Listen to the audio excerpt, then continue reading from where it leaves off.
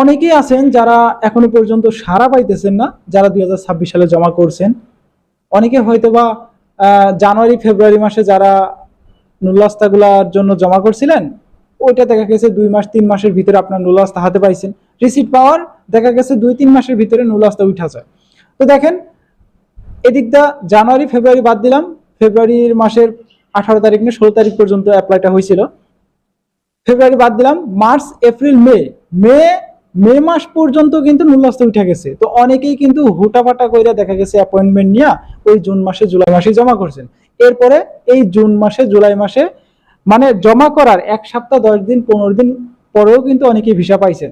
আরো এখানে বেশ কয়েকটা পাসপোর্ট আছে, বেশ কিছু মানুষ আছে এই যে 1000 জনের ভিতরে দেখা গেছে যারা 2025 সালের লাস্টের দিকে নভেম্বর ডিসেম্বর আমরা কিন্তু আপডেট দিই।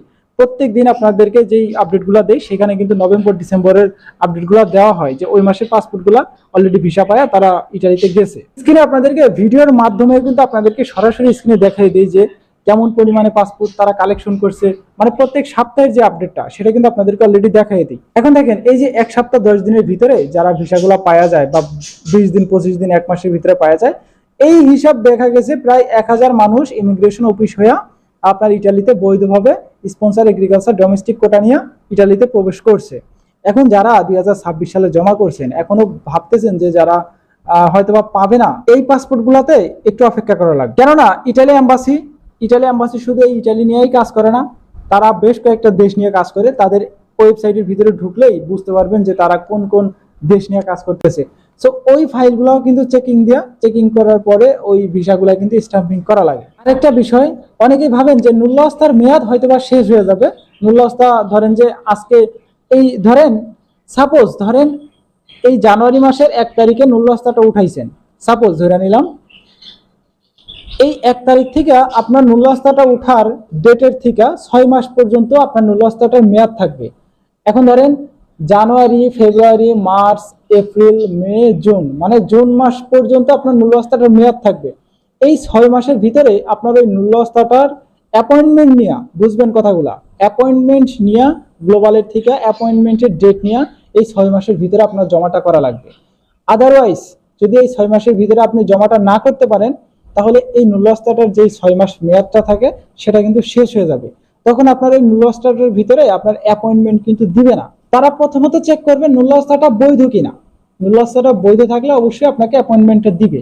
তবে যদি মেয়াদটা শেষ হয়ে যায় তখন কিন্তু আপনি কখনোই ওই স্লটের মাধ্যমে অ্যাপয়েন্টমেন্টটা নিতে পারবেন না।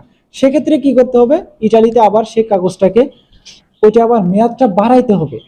আদালত কোর্ট থেকে সেই মেয়াদটা বাড়ায় নিয়ে এসে আবার অ্যাপয়েন্টমেন্ট নিয়ে যদি জমা করেন তখন ভিসা লাগার সম্ভাবনাটা থাকবে। একবার যদি অ্যাপয়েন্টমেন্টটা পাওয়া যান, অ্যাপয়েন্টমেন্ট পাওয়ার পরে যদি আপনি ভিএফএস গ্লোবালে বা অ্যাম্বাসিতে জমা করেন ভিসার জন্য, তখন আর কোনো মেয়াদটা কিন্তু থাকবে না। এখন তাদের যে লিস্টটা আছে ওই লিস্টের ভিতরে যে ডকুমেন্টগুলো আছে সেখানে তারা উল্লেখ করে দিচ্ছে যে মোর দেন 90 ডেজের ভিতরে, মানে 90 ডেজের ভিতরে আপনার ভিসাটা পাসপোর্টে স্টাম্পিং করবে বা আপনাকে যে কোনো মাধ্যমে জানাবে। কিন্তু অনেক ক্ষেত্রে দেখা গেছে শুধু 90 দিন না, যারা 23-24 সালে জমা করছেন, দেখেন আজ থেকে 6 মাস আগেও যারা জমা করছেন এখনো কিন্তু আটকে আছে। যারা 23-24 সালে জমা করা ছিল বা এখনো আছে তারাও কিন্তু এখন আটকে আছে। সো এই যে তাদের যে ডকুমেন্টটা সেটার কোনো ভ্যালু নাই, কোনো মূল্য নাই ভাই। এই যে তারা 3 মাস ডেট নেয়, তাদের এই ডেটটাই একদম ভুয়া। তো ইটালি এম্বাসি এই 90 দিনের ভিতরে কোনো প্রকার কার্যক্রম করে না। তবে অনেক ক্ষেত্রে দেখা গেছে 15 দিন 20 দিন 1 মাসের ভিতরেও কিন্তু অনেকের ভিসাটা স্ট্যাম্পিং হয়ে যায়। ওকে, মোটামুটি আকারে বুঝতে পারছেন যে যারা 2026 সালে অ্যাপ্লাই করছেন তারা ভিসা পাবেন কিনা এখন মোটামুটি আকারে বুঝতে পারছেন। একটু অপেক্ষা করা ছাড়া কিন্তু কোনো ওয়ে নাই। সব ক্ষেত্রে দেখা গেছে 3 থেকে 4 মাস বা 5-6 মাস মতো অপেক্ষা করাই লাগে। এই ইউরোপের বিষয়টা এত অধৈর্য হলে হবে না, ধৈর্য হারা হলে কিন্তু আপনার ভিসাটা কখনোই আপনি গেইন করতে পারবেন না। ছোট্ট করে আমি একটা গল্প আপনাদেরকে শেয়ার করি। এটা গল্প না, এটা একদম বাস্তব গল্প। যখন 2023 সাল থেকে আমাদের এই চ্যানেলে ভিডিও আপলোড করা হয়, 2023 সালের আগস্ট সেপ্টেম্বর মাস থেকে মেবি আরো অনেক, আজ থেকে প্রায় 3 বছর আগে, আমাদের এই চ্যানেলের বয়স প্রায় 3 বছর। কয়েকদিন আগে অ্যানিভার্সারির ইউটিউব থেকে একটা অ্যানিভার্সারির একটা ইমেইলও পাঠাইছে আমাদেরকে, 3 বছর হয়ে গেছে এই জন্য।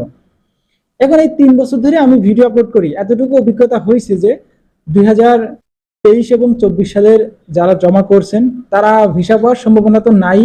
যারা এখনো আটকে আছেন তারা অপেক্ষা করবেন শুধু কখন রিজেক্টটা দিবে বা আপনার রেডি ফর কালেকশনটা দিবে, তখন রিজেক্ট করে দিবে, এমনি আর বলা লাগবে না। এর ভিতরে আমি আপনাদেরকে একটা বাস্তব ঘটনা শেয়ার করি। 2023 সালে একটা ভাই জমা করা ছিল, ওই 22 সালের কোটায় সে জমা করা ছিল।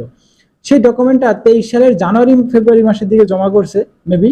এরপরে এই যে 23 সাল চলে গেল, 24 সাল চলে গেল, এরপরে 24 সালের নভেম্বর মাসে, নভেম্বর মাসে আইসা সে একটা মেসেজ পাইলো, রিটার্ন পাসপোর্ট নিয়ে আসছিল, সে একটা মেসেজ পাইলো যে আপনার পাসপোর্টটা সাবমিট করেন। দেখেন কোথায় 23 সালের প্রথমে 23, 24, এই 24 সালের নভেম্বর মাসে আইসা সে কিন্তু মেসেজটা পাইছে। মানে 2 বছর, এর ভিতরে 2টা বছর, 365 প্রায় 700 দিন, 700 দিন পরে আপনার সেই পাসপোর্টটা সাবমিট করার একটা SMS আসলো। শুধু এই যে সাবমিট করাই কয়েকদিনের ভিতরে ভিসা পাই ফেলছে, বিষয়টা কিন্তু এরকম না। এই যে সাবমিট করার SMS-টা আসলো, সেখানে একটা ঝামেলা হয়ে গেছে। সাবমিট করার আগে কিছু ডকুমেন্ট চাইছে, মানে সাবমিট করার সাথে সাথে কিছু ডকুমেন্টও চাইছে। এই ডকুমেন্টগুলা কি, এই ডকুমেন্টগুলা কি কি সেগুলা নিয়ে আমরা আমাদের চ্যানেলে রিসেন্ট একটা ভিডিও দিছি, যে মালিকের কোন কোন ডকুমেন্টগুলা সাবমিট করতে বলছে ওই পাসপোর্টের সাথে। আপনার পাসপোর্টে ভিসা দিবে, ওই মালিকের যে 4টা ডকুমেন্ট আছে সেই 4টা ডকুমেন্ট অবশ্যই সাবমিট করা লাগছে। এরপরে কিন্তু সে পাসপোর্টে ভিসাটা পাইছে। এখন আপনারা প্রশ্ন করতে পারেন যে পাসপোর্টে যে ভিসা পাইছে এই কোন কোন ডকুমেন্টগুলো চাইছে মালিকের, আমরা একটু জানা রাখি। আমরা রিসেন্ট কয়েকটা ভিডিও আপলোড করছি, সেখানেও দিছি মালিকের 4টা ডকুমেন্ট আছে। ইউটিউবের থাম্বনেল টাইটেল দেখে আপনারা পাওয়া যাবেন। একটু স্ক্রল করেন নিচে, ভিডিওগুলো একটু স্ক্রল করেন। তবে এই ভিডিওটা শেষ হোক, এরপর আপনারা ভিডিওটা দেখেন। ওকে, সেই ডকুমেন্টগুলো জমা করলো। জমা করার পরে এখানে আরো একটা দীর্ঘ 3 মাসের একটা বিরতি ছিল, মানে 3 মাস চেকিং এর ভিতরে রাখছিল। এটা তো শুধু চেকিং এর ভিতরে রাখে না, দেখা গেছে আপনার পাসপোর্টটা সাবমিট করছেন, সাবমিট করার পরে এগুলো আবার ফাইলগুলো জমা হয়ে ছিল, ওইগুলো আবার কবে না কবে ভিসা দিবে তার কোনো ঠিক নাই। এখন সেটা 3 মাস পরে আবার SMS আসলো, ready for collection, your application is ready for collection. তো আপনার ভিসাটা রেডি হয়ে গেছে, আপনি খুব দ্রুত এটা সংগ্রহ করুন।